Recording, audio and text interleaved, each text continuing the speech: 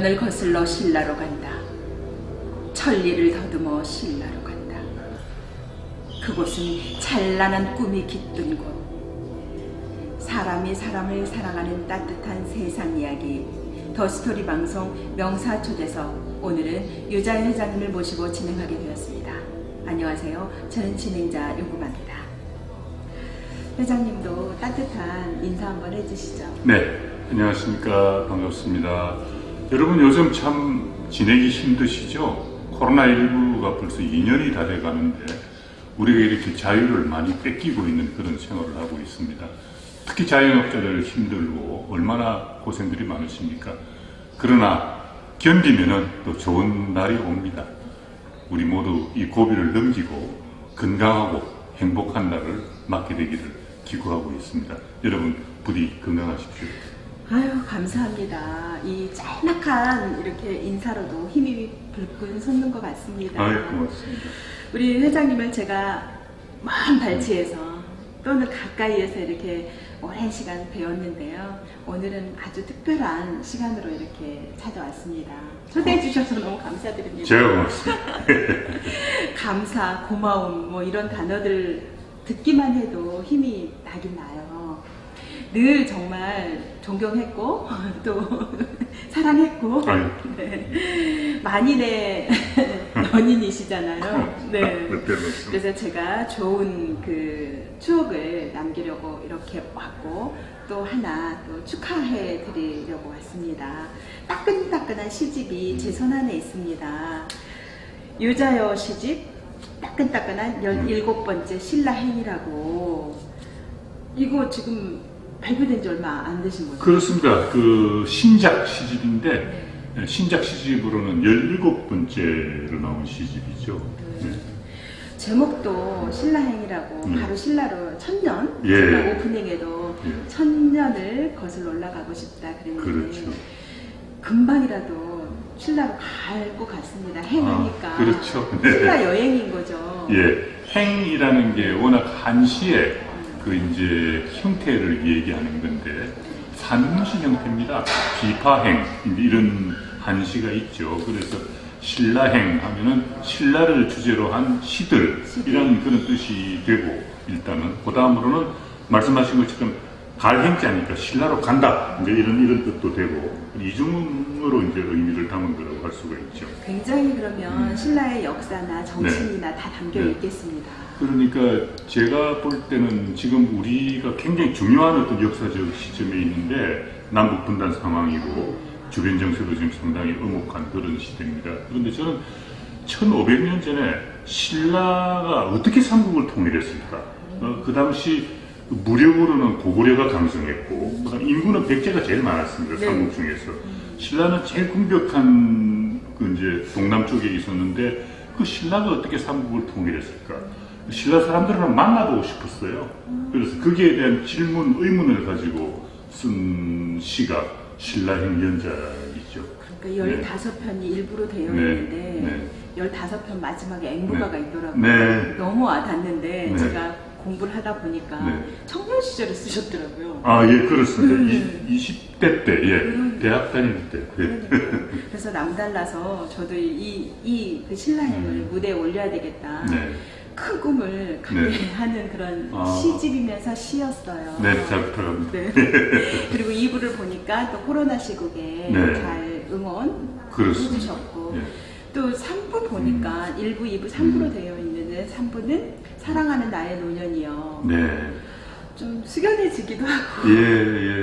회장님이 그 역사를 다 알지는 못하지만 좀 많이 이렇게 감동도 받고 와닿더라고요. 아이고, 잘 보셨네요. 제가 잘 읽었죠. 아이고, 잘 그러면서 이승화 교수님은 서정주의 신라초 이후에 유자여의 신라행이 가장 시사적인 의미를 이승화 교수가 부여를 해줘서 참 고맙게 생각을 하고 있습니다.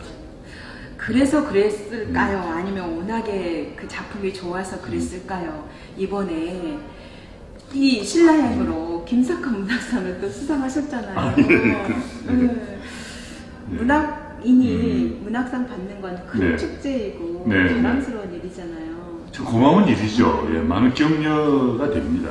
김석환 문학상은 또 어떤 상인지 이제 네. 최근에 받으셨으니까 살짝 네. 소개 좀 부탁드려도 될까요? 예, 우리나라가 그야말로 참 시의 나라입니다. 참 무수한 그 천재들이 명멸한 그런 나라인데 그 가운데서 특히 조선시대 최고의 천재 시인을 꼽으라면은 남구 김병년 선생이 아닐까.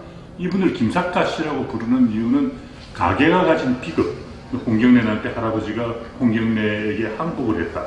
그걸 모르고 자란 것이죠. 자랐다가 동네에서 열린 향시 과거에 참여해서 그때 과거 제목이 그 김익순, 그때 이제 홍경래에게 항복했던 지방 수령입니다.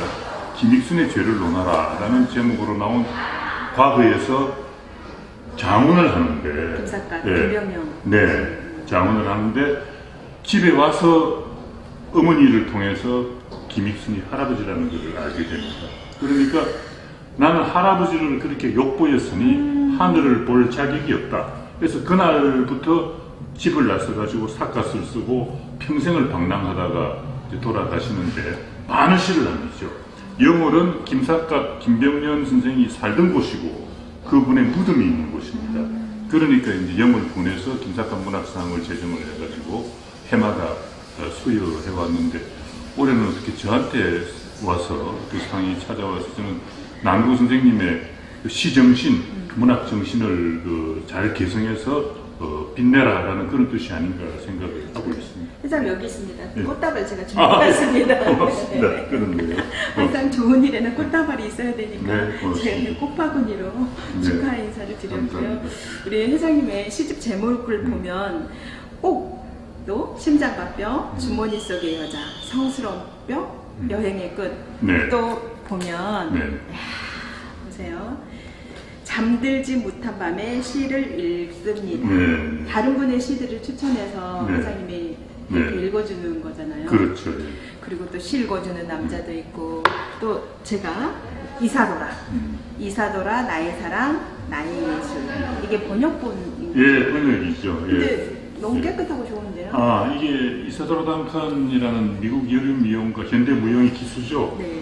그분의 자서전이 있습니다. My Life라는 자서전이 있는데 그것을 지금부터 한 40여 년 전에 제가 번역을 했었어요. 그래서 그때 이사도라라는 제목으로 나왔는데 베스트셀러가 됐었어요. 그 당시에 아주 장기 베스트셀러 40년 전에 40년 전에 기록을 합니다. 그리고 잊고 있었는데 그 최근에 그 고요아침에서 그 이지혁 그 시인이 교수가 다시 한번 냈으면 좋겠다라는 제안을 받고 글쎄 그 당시는 잘 풀렸지만 잘 될까 자신을 못했는데 그래도 한번 해보자고 그래서 다시 또 원전을 보니까 고쳐야 될 부분이 상당히 많이 있습니다. 세월이 지나서 예, 네. 그래서 그런 거 다 좀 손을 보고 해가지고 새로 낸 정복판이 됐죠. 증복판이네요. 예, 그렇습니다. 그래서 이사도라 나의 네. 사랑, 나의 예술 이것도 베스트셀러 그 유감스럽게 좋은 뜻으로 하면 또 잘 안 되더라고요. 근데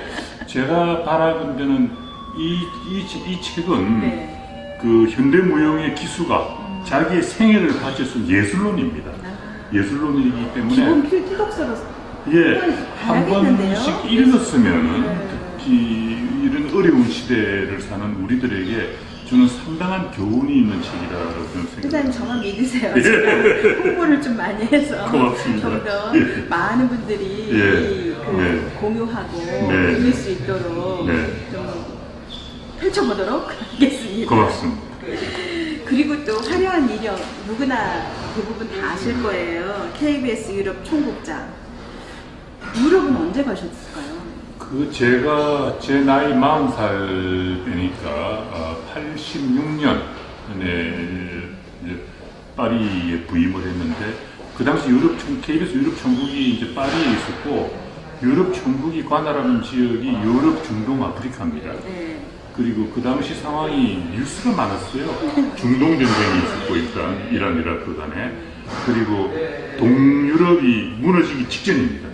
그 시기에 갔었기 때문에 상당히 일들이 많았죠. 칼기가 그때 김현희 사건 또 그때 일어났고 그래서 굵직굵직한 아주 큰 사건들이 많아가지고 굉장히 바쁜 시간을 보냈었죠. 나중에 아직은 이제 자서전은 뭐 준비하고 계시겠지만 자서전을 읽어보면 꼭 쓰셔야 될 것 같고 읽어보면 그런 그 역사적인 세계적인 역사적인 일들도 다 공부가 될 수 있겠네요. 네. 얼른 보고 싶네요. 아이고, 예, 고맙습니다. 꼭 너무 늦게 자서전들을 쓰시더라고요. 아, 좀 예, 일찍 예. 쓰셔서 뭐 이제 상반기, 하반기 이렇게 하시든지 봄, 여름, 가을, 겨울로 하시든지 했으면 좋겠어요. 괜찮아서. 예. 그리고 또 이력이 너무 화려하신데 SBS 이사도 하셨고 한국방송기자클럽 회장님도 여기 네. 하셨고 또 무엇보다도 제가 이제 마음이 가는 게 구상선생 기념사업회 회장, 지용 회장. 네네. 조금 궁금해요. 네. 이제 문학인들은 다 아시겠지만 네. 구상 정지용 네. 살짝 어떤 네. 단체인지 어떤 네. 기념회인지 네. 짧고 네. 정지용 선생은 한국 현대시의 아버지라고 불리는 분입니다. 정지용 선생은 6.25 때 행방불명이 돼가지고 오랜 기간 동안 한국 문학에서 사라진 이름이었습니다. 그러다가 1988년 88 서울올림픽을 앞두고 해금이 되죠. 그 정지용 선생의 해금에 결정적으로 기여한 단체가 지용회입니다. 그 정지용 선생이 그 묶여 있을 때 그때 이제 이미 지용회가 먼저 생깁니다. 해가지고 정지용 선생이 이 해금이 되니까 지용제를 여는데 그것이 시인의 이름으로 연 최초의 축제가 세계적인 축제라고. 지용제입니다.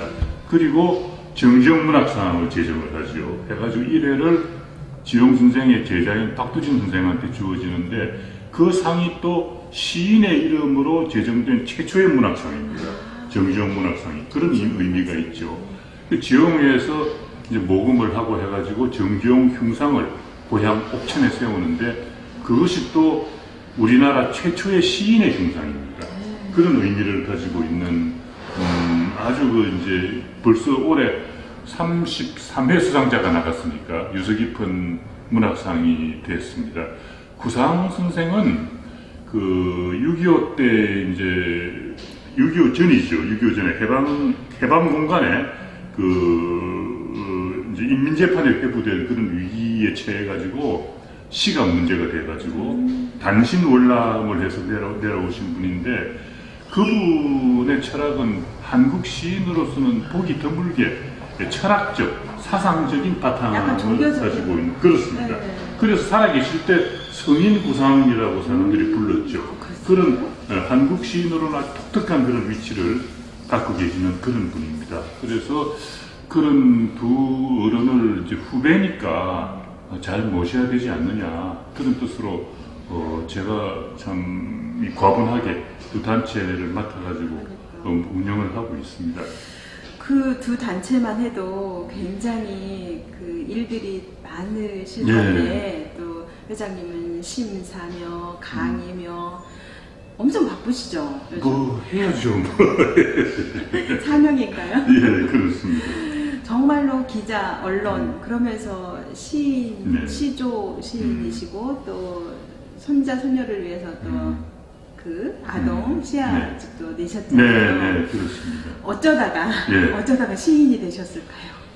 이게 말이죠. 이 예술과 종교는 아주 어려서 그 소질이 나타난다고 그럽니다. 그러니까 우리가 성경을 보면은 예수님도 아주 어린 시절에 성전에 가서 사라지잖아요. 그러니까 아버지하고 어머니 마리아가 막 찾아 헤맨다고. 그런데 그 랍비들, 이제 선생님들 사이에서 이 어린아이가 앉아서 얘기를 하고 있는 것을 보죠. 보고 얘는 어디 여기 와 있느냐 하고 이제 아버지가 이제 을싸안으니까 내 아버지의 집에 와 있는데 왜 저를 찾으시냐고. 그러니까 그 어린 시절에 이미 개항을 한 거예요. 예수의 경우는 그런 시절 그렇게 이제 일찍 나타나는 거죠. 석가모니가 마찬가지입니다. 아주 어린 시절에 사문유과 네 군데 문을 통해 나가서 생로병사를 처음 느낀단 말이에요. 아주 어린 시절에 개항을 하는 거죠. 그 문학에서는 가장 예술적인 장르가 시인데 많은 문인들이 실어서 출발하는 경우가 굉장히 많습니다. 소설가가 됐건 문학평론가가 됐건 실어 출발하는 경우가 많은데 역시 일찍 발견이 돼요. 음악도 마찬가지입니다. 모차르트가 아기 때 피아노 연주하고 막 그러잖아요. 그러니까 그만큼 예술이나 종교의 세계는 일찍 개안이 된다고 그러는데 제 경우는 뭐 그런 큰 뭐 천재들하고 비교는 안 되지만은 저도 어린 시절부터 시를 썼죠. 그러니까 자연스럽게 그냥 써왔던 것입니다. 그냥 숨 같은. 예, 그런 거죠. 그래서 아주 적절한 표현을 하시네요. 예. 심장의 뼈를 봐도 그렇고 성스러운 뼈도 그렇고. 그래. 우리 회장님의 시집들을 이렇게 읽어보면 석가, 예수 네. 다 넘나들잖아요. 네. 어느 분들은 딱 편파적으로 한쪽만 이렇게 기울기도 하는데 네. 설명을 들어보니 네. 아 그럴 수밖에 없구나 하는 생각이 네. 듭니다. 네. 그 뼛속까지 또 심장까지 호흡까지 이렇게 어린 시절부터 다 잘 갖춰져 있는 그 길을 그래도 노년에는 가장 이게 유익한 장르이시죠. 시 쓰고 이게 이제 전면도 없고 예, 방금 시는 이제 호흡과 같은 거다라고 말씀을 하셨는데 그렇습니다. 이것은 정말 이게 우리 인생과 떼어놓고 생각할 수 없는 그런 거예요. 삶과 같이 가는 것이기 때문에 제 경우는 이게 이제 저 나름대로 뭐 어려움이 왜 없었겠습니까? 여러 이제 참 제가 살아온 시대만 하더라도 역사의 격변기가 많았고 그런 고비고비들을 넘어올 때 시가 사실 많은 힘이 됐어요. 그러니까 저에게는 어떻게 보면은 은인이기도 하고 저를 이끌어준 스승이기도 한 것이 시였다라고 말씀을 드릴 수가 있겠네요. 호흡 표현 잘했는데요, 그럼? 숨 같은 호흡 같은. 예, 아주 적절한 표현이십니다. 그러면 어려서부터 시를 쓰시긴 하셨지만 그래도 영향받았던 그런 스승님이 계실겠죠? 누구나가? 그렇죠. 선생님한테도 있으실 것 같아서. 제 경우는 초등학교 4학년 때 제가 다니던 초등학교에 이제 사범학교 졸업반들이 교생 실습을 나왔는데 그 교생 선생님들한테 제 담임 선생님이 제 초등학교 4학년 때인데 제 아이는 크면은 문인이 될 거야 라고 말씀을 하셨대요. 저는 한참 뒤에 교장 선생님을 통해서 들었는데 그러니까 누군지 모르지만 그 선생님이 가능성 같은 걸 그때 보시지 않았을까라는 생각을 해봅니다. 제가 고등학교 다닐 때 시인 선생님이 두 분이 계셨습니다. 안장현 선생님, 김태영 선생님 두 분, 전 부산고등학교를 다녔는데 두 분 시인 선생님이 계셔가지고 그 선생님들에게 제가 많은 영향을 받았고 그 다음에 제가 68년도에 신화일보 신춘문예에 입선을 해요. 당선을 못하고 가작 입선을 하는데 그때 심사를 하셨던 분이 미당 서정주 선생님이셨어요. 그게 인연이 돼가지고 서정주 선생님과는 평생 이렇게 이제 스승으로서 모시는 그런 관계가 된 거죠. 돌아가실 때까지 모셨는지 이렇게 제 시에 가장 많은 영향을 준 분은 역시 미남 서정주 선생이시다라는 생각이 들고 그리고 같은 해입니다. 1968년인데 그때 불교신문이라는 데서도 신춘문예 같은 걸 했어요. 1월 1일 날 발표하는 그때 시조가 당선을 했는데 그때 심사를 하신 분은 초정 김상옥 선생이십니다. 그래서 초정 선생님은 미담 선생님처럼 자주 뵙지는 못했지만은 그러나 저는 시와 시조를 또는 산문 다 같이 저는 한 경우이기 때문에 초정 선생님의 시조관에 저는 아주 공감을 하고 그래서 그런 점에서는 저는 초정 선생의 시조문학의 후계자라고 해도 과언이 아니다. 계보를 이어가는. 그렇습니다. 초정 선생님은 시와 시조를 구분하지 않았어요. 그리고 굉장히 그 문학적인 장르를 깨야 된다. 장르의식을. 그래서 회장 시가 시조인지 몰랐어요. 그렇죠. 네. 그래서 나중에 공부하니까 시조라고 이렇게 했는데 그런 영향을 대가의 스승님을 모시고 지금까지 명성을 떨칠 수 있었던 큰 힘이 그분들의 스승님이 계셨군요. 네, 그래서 저에게 많은 영향을 주신 분이죠. 미당 서정주 선생님은 정말 대한민국에서 수많은 문인들의 그런 그 씨앗들을 다 내리셨어요. 그렇습니다. 예. 뭐 그 한 달에 건너 한 분이 다 스승님, 손꼽는 스승님이 계십니까? 제가 질문을 하면 대부분 다 미덕서정주라고 말씀하셔서 참 금옥이시죠. 네. 다시 한번 네. 미덕서정주 네. 시 세계로 빠져들어가야 될 것 같아요. 예. 아시잖아요. 예. 우리 그 10주기인가 서거 10주기 때 미덕서정주 네. 신앙서 공연을 크게 올리기도 했었잖아요. 그랬죠. 네, 네. 그 맞습니다. 이후에 살짝 조금은 서운하긴 했는데 네. 다시 한번 펼쳐봐야 될 것 같습니다. 예. 우리 회장님의 시를 보면 시집 이거 에세이죠. 예, 그렇습니다. 예, 시집 잠들지 대설서. 못한 밤에 시를 읽습니다. 네. 많은 분들이 이 한 권의 시집 그 에세이집으로도 힐링이 될 것 같습니다. 네. 이 엄선한 시인들의 시이겠죠, 회장님이? 그렇습니다. 네. 제가 그 월간 시라는 잡지의 요청으로 그 매달 유자휘의 시집 읽기라는 그 그게 나눔을 시 읽어주는 남자랑 그 같은 시, 맥락인가요? 그렇죠. 예. 그 연재를 쭉 했는데 그게 벌써 10년이 넘었어요. 그러니까 그 처음에 이제 작품이 어느 정도 고이니까 그 월간 시에서 단행본으로 낸 것이 시 읽어주는 남자고 그 뒤에 또 쌓이니까 그걸 또 묶어가지고 낸 게 잠들지 않는 밤에 시를 읽었습니다. 좋은 시인들의 좋은 시들만이 정선되어 있는 책이죠. 믿고 봐도 되는. 물론이죠. 우리 윤금아 선생님도 아마 이 다음 또 단행본이 나오면은 들어가리라고. 영광이죠. 요즘에는 또 연재하시잖아요. 시조가 네. 있는 아침. 예, 신문에 네. 그 중앙일보에 매주 목요일날 시조가 있는 아침 연재하고 있고 또 매달 한 번 정도 삶의 향기라고 있습니다. 그건 칼럼이죠. 네. 칼럼을 연재를 하고 있습니다. 노년이 아니라 지금은 청춘입니다. 그래서 네. 고맙습니다. 신라행. 아까 부산고등학교 얘기하셨잖아요. 네. 그러면 고향이 부산 아이가. 부산이죠. 근데 어찌 신라까지 거슬러 올라갔을까요? 부산이 워낙이 그 옛날 신라예요. 그 부산 해운대 가면 태종대라고 있는데 네. 그것이 태종 무열왕이 다녀가셨다 해가지고 태종대거든요. 그러니까 그 외부가 들어오는 그 코스이기도 하고 또 이제 워낙은 가야의 땅이었는데. 그럼 시작전이겠네. 그렇죠. 예, 그러니까 신라의 영토였죠. 저는 신라의 신민이에요. 그렇군요. 저는 지금도 제 정신은 문무왕 시대에 살고 있습니다. 문무왕을 존경하시나요? 예, 삼국 통일을 이룩한 왕. 그럼 신라에서 가장 좋아하는 왕이 문무왕. 문무왕이죠. 저는 우리 역사상 가장 제가 좋아하는 어른이 신라의 문무왕입니다. 그러니까 지금 회장님이랑 이렇게 대답하는데 역사적인 얘기, 뭐 문학적인 얘기 정말 다 이렇게 다 담고 싶거든요. 시간은 자꾸 가고. 그래서 제가 신라행 한 편은 제가 소개를 해야 될 것 같습니다. 그러시죠. 신라행은 나중에 한번 보고 그 안에 보니까 낯선 길이라는 2편이 나오는데 저에게도 얘기를 해주시는 것 같아서 제가 낯선 길 두 번째 거를 좀 소개해도 될까요? 네, 그럼 영광입니다.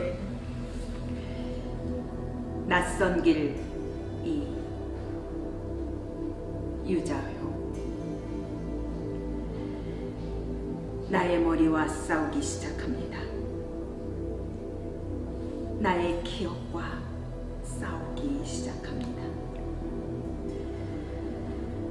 나의 가슴과 싸우기 시작합니다.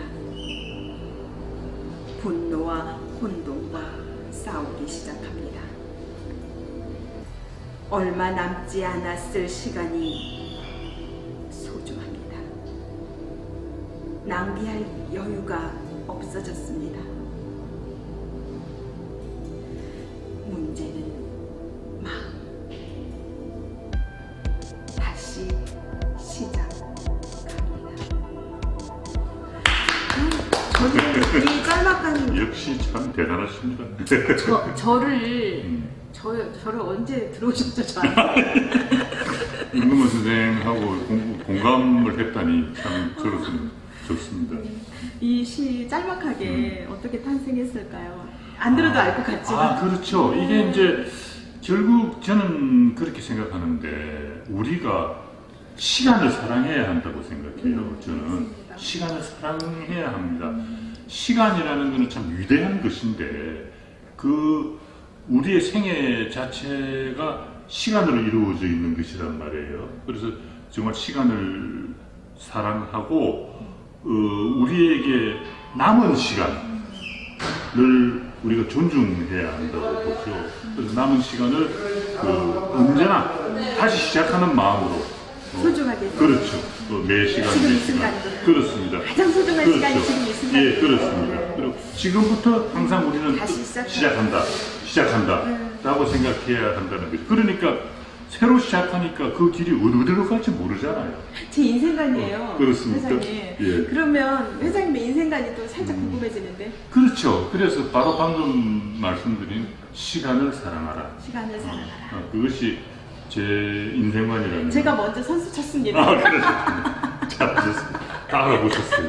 네. 그러면 네. 뭐 모든 발자취가 다 보람된 일만 하신 것 같아요. 제가 개인적으로.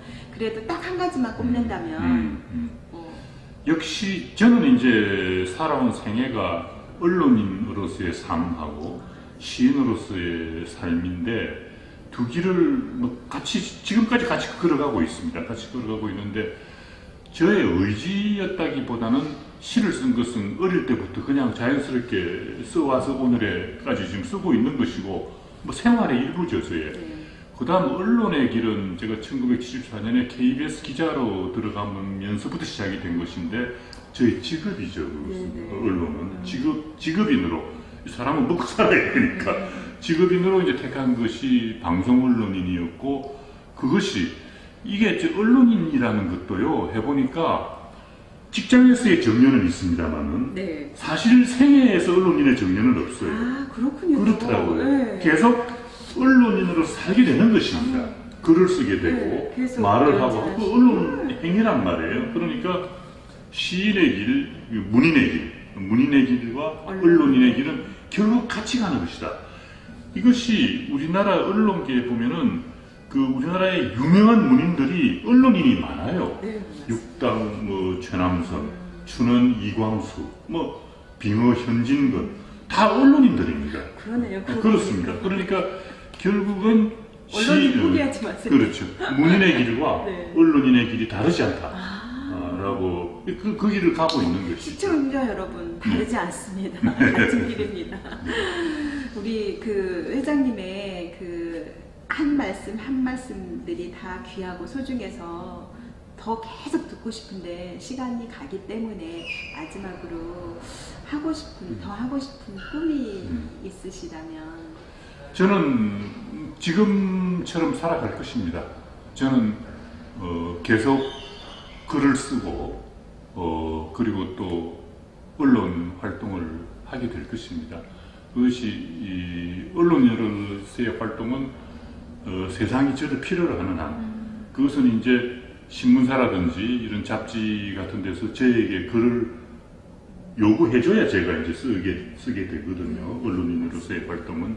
그런 활동도 세상이 저를 원하게 된다면 계속하게 될 것이고 시인으로서의 길, 문인으로서의 길은 이것은 뭐 저는 윤생 말씀처럼 호흡 같은 것이기 때문에 제 생명의 일부겠죠. 그것은 제가 이 지상에 있는 시간까지 계속하게 될 것입니다.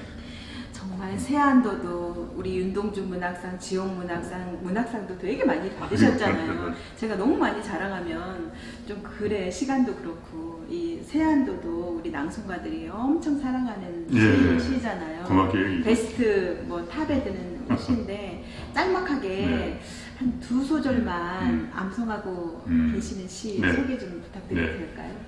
가을의 노래 이를 줄 알게 하소서. 가짐보다도 더 소중한 것이 이름인 것을 이 가을 뚝뚝 지는 낙과의 지혜로 은혜로이 베푸소서. 떠날 줄 알게 하소서. 머무름보다 더 빛나는 것이 떠남인 것을 이 정운 들녘 철새들이 남겨둔 보금자리가 약속의 훈장이 되게 하소서. 숙연해지고 이 아유, 가을에 네. 많이 반성하게 하는 그런 좋은 시였습니다. 고맙습니다. 제가 봄, 여름, 가을, 지금 가을이잖아요. 그렇죠. 네. 아직은 그런데 봄을 걷고 있는 청년 같은 아, 모습과 이 네. 정신과 네. 다 담고 계시거든요. 고맙습니다. 제가 기회가 된다면 다시 2탄 찍으러 와야 될 것 같습니다. 감사합니다. 왜냐하면 시간은 한정되어 있어서 그렇죠. 예. 너무 아쉽지만 예. 제가 이렇게 회장님께서 네. 귀한 시간 내주시고 네. 정말 소중한 말씀해 주셔서 네. 너무 감사드리거든요. 고맙습니다. 마지막으로 우리 네. 시청자분들께 네. 구독자분들과 네. 시청자분들께 네. 네. 짤막하게 예. 인사해 주시고 마치도록 하겠습니다. 예, 여러분 오늘 이렇게 뵙게 돼서 참 반갑습니다. 구상 선생님은 이런 말씀을 하셨어요. 세상에는 시가 필요하다. 세상에는 시가 필요합니다. 우리 모두 시와 함께 우리의 인생을 풍요롭게 또 가치 있게 보냈으면 하는 그런 바람을 가져봅니다. 여러분 부디 건강하시고 행복하시기 바랍니다. 감사합니다. 세상에는 시가 필요합니다. 네, 시처럼 살아야 되겠습니다. 네 그렇습니다. 지금까지 세상에서 가장 소중한 이야기를 저도 들었고 여러분도 들었던 것 같습니다. 지금은 가을이고요. 또 몸 조심해야 되겠죠. 네. 이렇게 저는 유자요 회장님과 신라행 이야기부터 구상, 정지용 정말 대한민국 문학적인, 현대적인, 역사적인 100년을 돌아가 본 것 같습니다. 아니죠. 신라 1000년까지. 네. 이 기록 잘 저장하도록 하겠습니다. 사람이 사람을 사랑하는 따뜻한 세상 이야기 더스토리 방송 명사초대석 여기서 대담을 마치도록 하겠습니다. 지금까지 구성 진행의 윤구마, 출연의 신라행의 저자 유자요 회장님과 함께했습니다. 여러분 오늘도 시처럼 행복하세요. 감사합니다.